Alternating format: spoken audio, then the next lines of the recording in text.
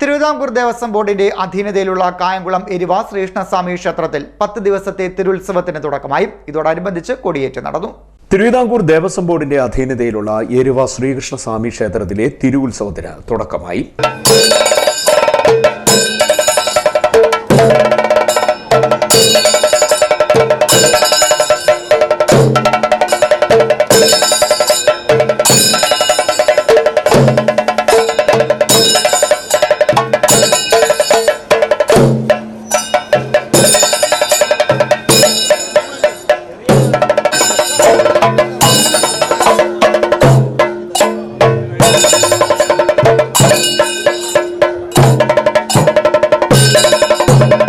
മുപ്പതാം തീയതി വരെയാണ് ഉത്സവം നടക്കുന്നത്.